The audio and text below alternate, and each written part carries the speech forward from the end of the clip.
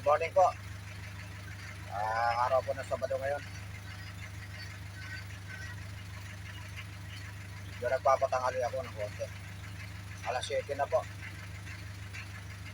Pinapainit ko lang po rin ang aking makina. Warm up.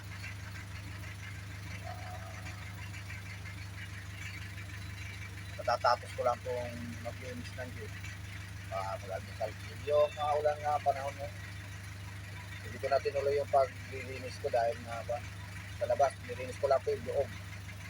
Dahil maulan. Wala pa kayo ng madaling araw, hindi naman po ito ambon. Ulan na ito kasi medyo malakas. Ang ambon, mahina lang. Kailangan lang pumiyahe. Saka nag-almusal lang ako dito sa bahay para tanghali